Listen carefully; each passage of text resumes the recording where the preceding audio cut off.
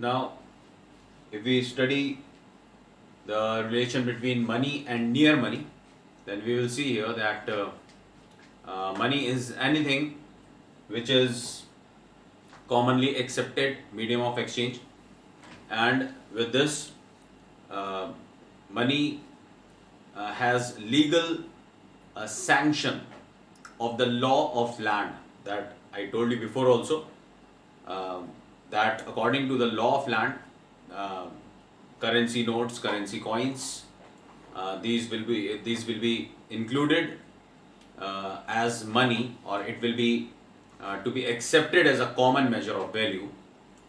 And actually, money directly refers to cash, right? And this cash is the most liquid form of money, because uh, this cash can be easily be convertible into any other type of asset, right? We can easily convert it, and therefore this cash is the most liquid form of money. And we see here near money also is written there. So what is this near money? This is a close substitute of money. It can be easily converted into cash. So near money is actually uh, not cash actually, but it may be highly liquid asset. So near money is a type of highly liquid asset which includes bonds, shares, gold, all these, right? So this is a near money because it is very uh, easily or quickly convertible, and therefore it is called as near money. It cannot be used directly as a medium of exchange uh, because this near money cannot be given for purchase of any type of good or service, because first of all this near money has to be converted into cash, and then only it could be used for any type of economic exchange, right? After this, if we move on to classification of money, money is to be classified into various forms. Number one is full bodied money, representative full bodied money, and credit money. So let's study for the first type of class of money, that is called to be as full bodied money.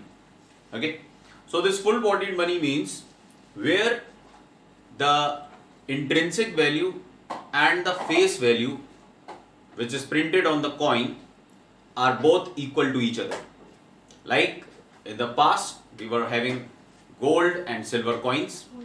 In these two type of coins, the intrinsic value, that is the metal in the coin, plus the face value of the coin are both equal to each other, right? So that is called as full bodied money. So previous or we can say past time period was the time period where the money was to be called as full bodied money. After this is representative full bodied money. So this is the second type of money, or this is the second class of money. According to this representative full bodied money, this is actually a paper currency, right? And paper currency means here what? That the currency is to be used for accepting it as a common measure of value. This paper note we are talking about, on which any amount is printed, and this paper is to be called as a 500 rupee note, or 2000 rupee note, or 200 rupees note. Why we call this? Why we call it like this?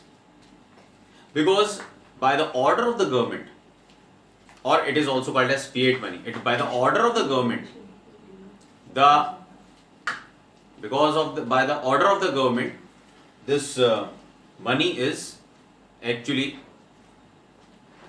being accepted by everyone, and the intrinsic value of the paper currency is nothing, but the value, that is the face value we are talking about, which is printed on this note, is of much higher value. So here we can see that the intrinsic value is lesser than the face value, the amount printed on the note, right? Currency note. So this is called to be as representative full-bodied money. So all the paper currency is actually representative full-bodied money, and this money is actually being backed by 100% gold or silver reserves, right? And therefore we call it as a representative money because it represents the total amount of money, maybe in gold or silver, that is in circulation of the economy, okay, where from one hand to another hand money is going to be transferred. That is called as to be circulation of money.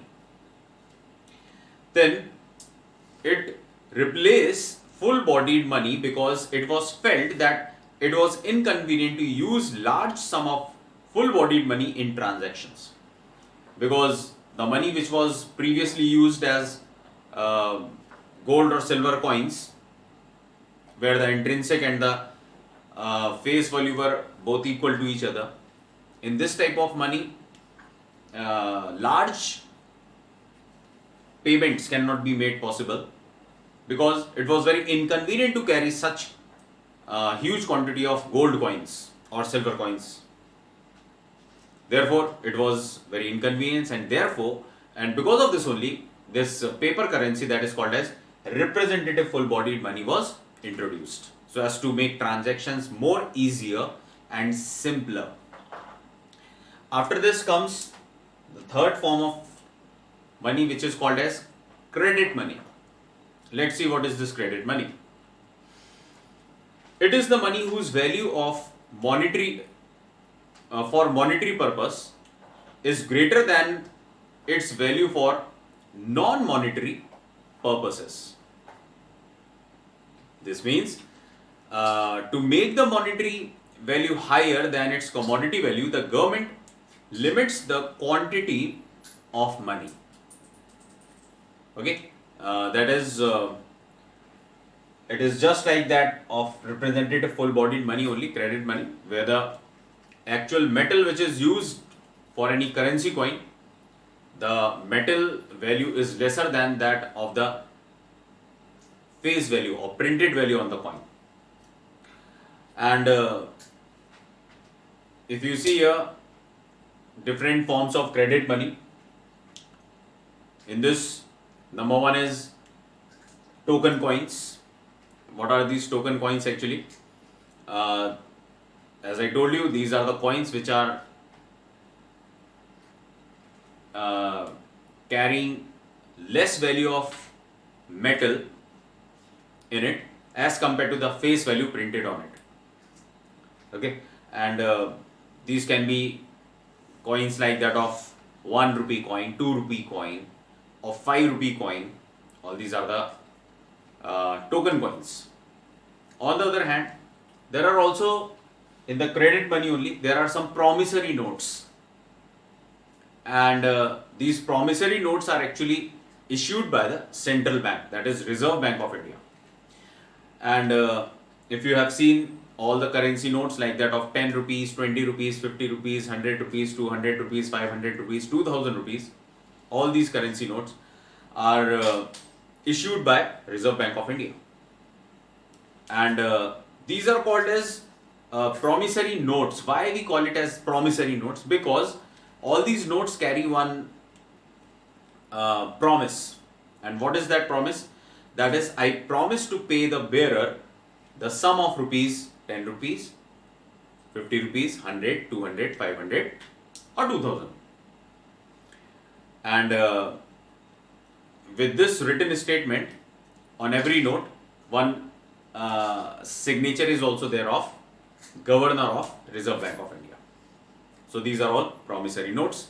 This also comes in the credit money. So token coins, promissory notes, okay. And with this credit money, in this deposits at bank, these are also included in the credit money. All the deposits in the bank that an account holder used to keep or deposit, these deposits are claims of creditors against banks which are withdrawable through the check, right?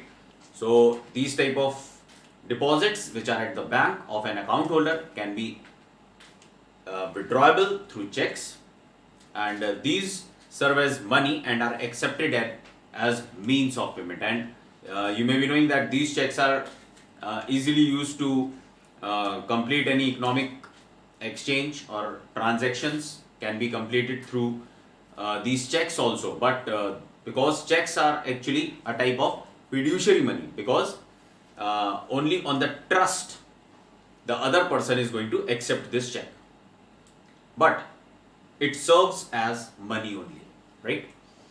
And this is also to be included in the credit money, because its value for monetary purposes is greater than its value for non-monetary purposes. That means the value of the check is, or the paper which is used, is not that much high as compared to the value written on it, right?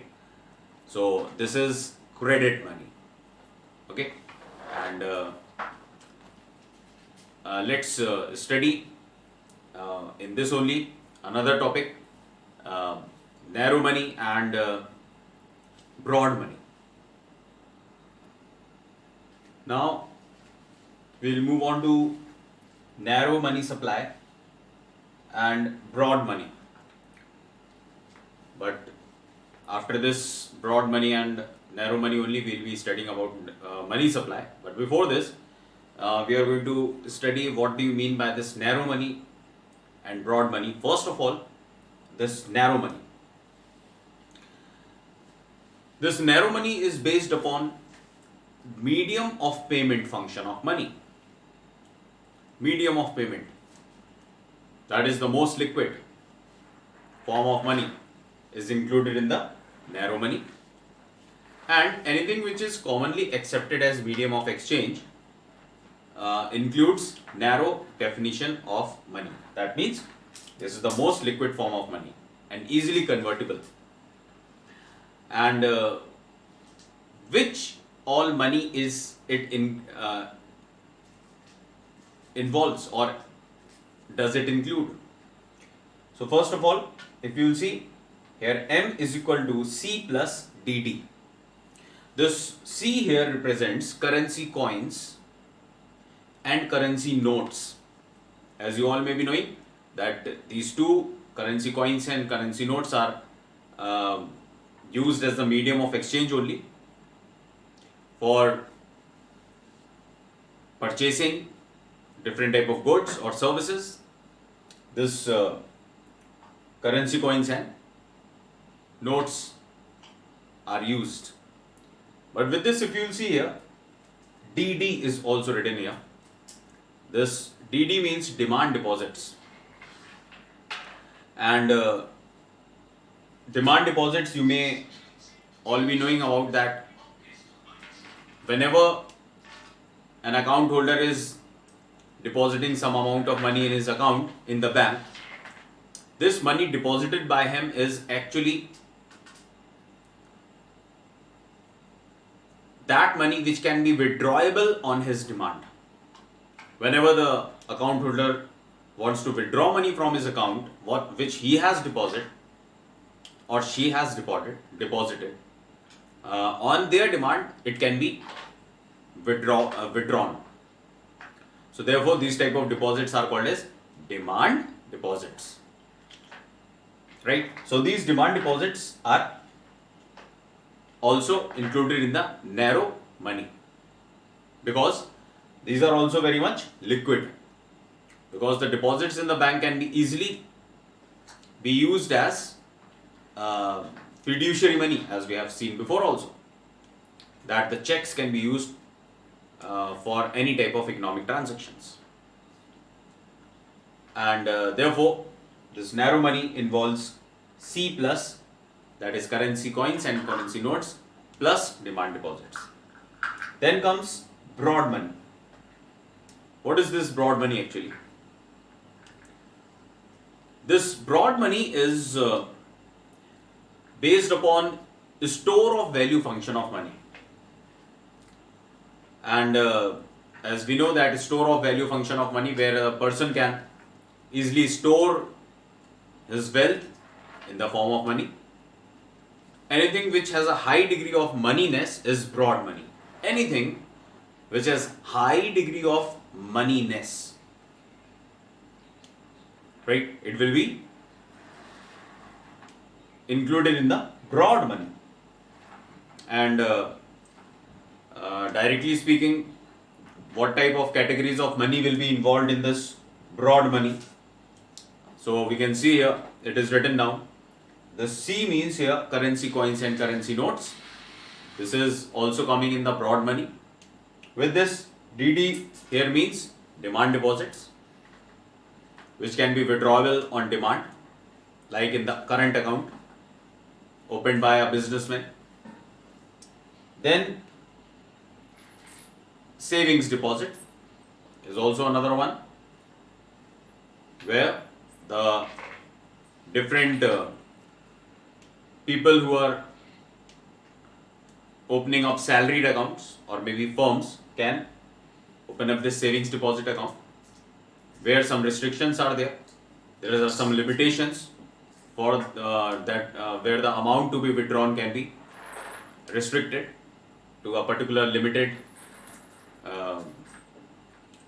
amount of money. And then comes time deposits. Time deposits also come in it.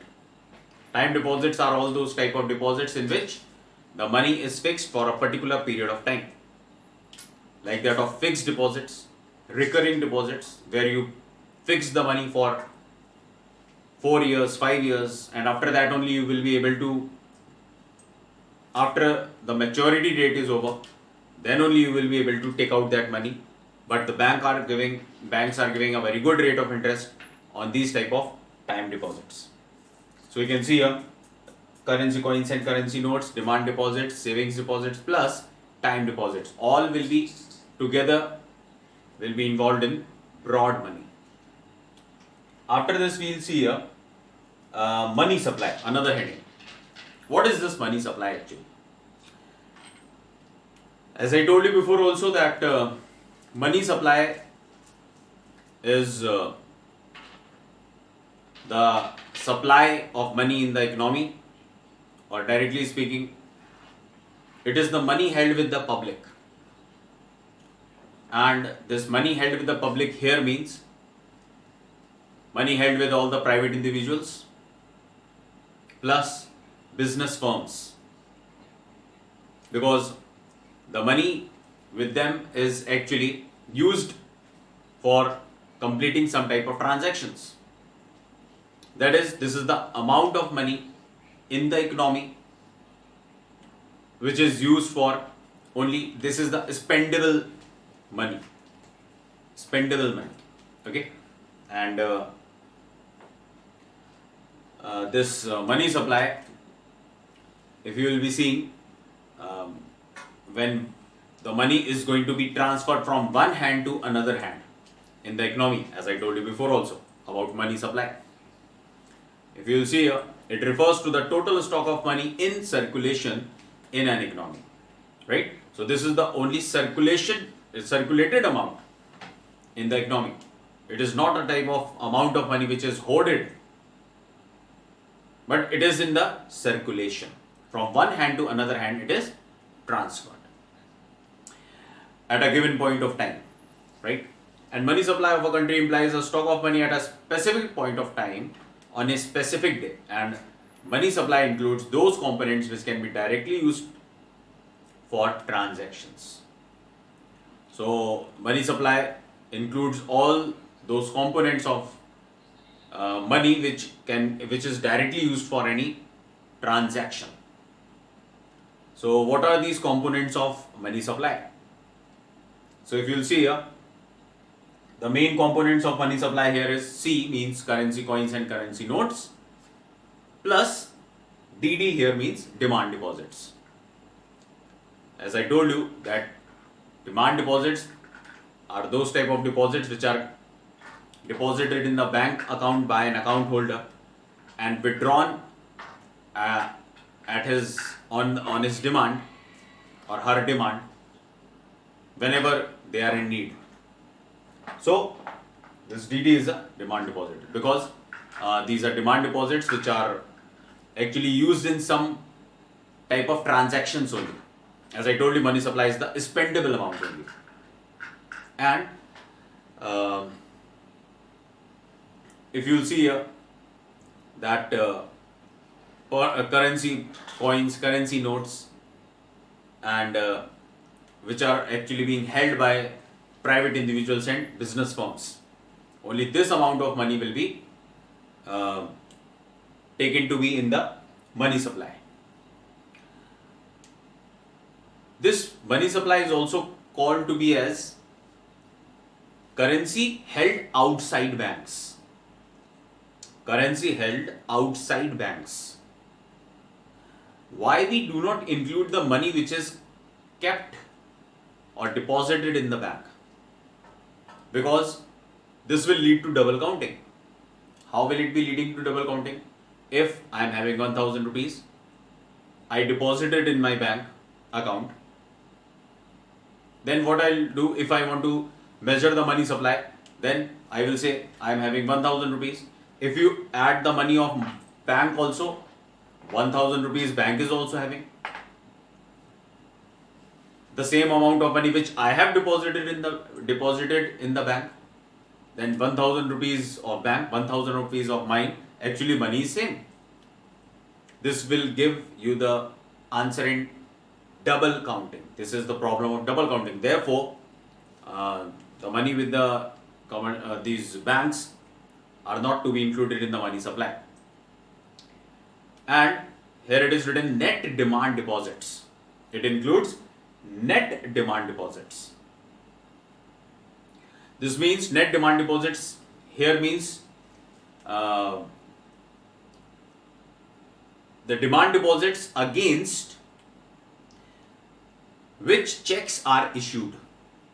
Against which checks are issued. Right?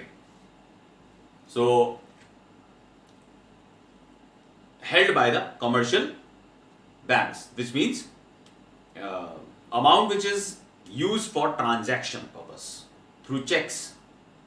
As I told you, money supply includes only the spendable amount. So this is net demand deposits.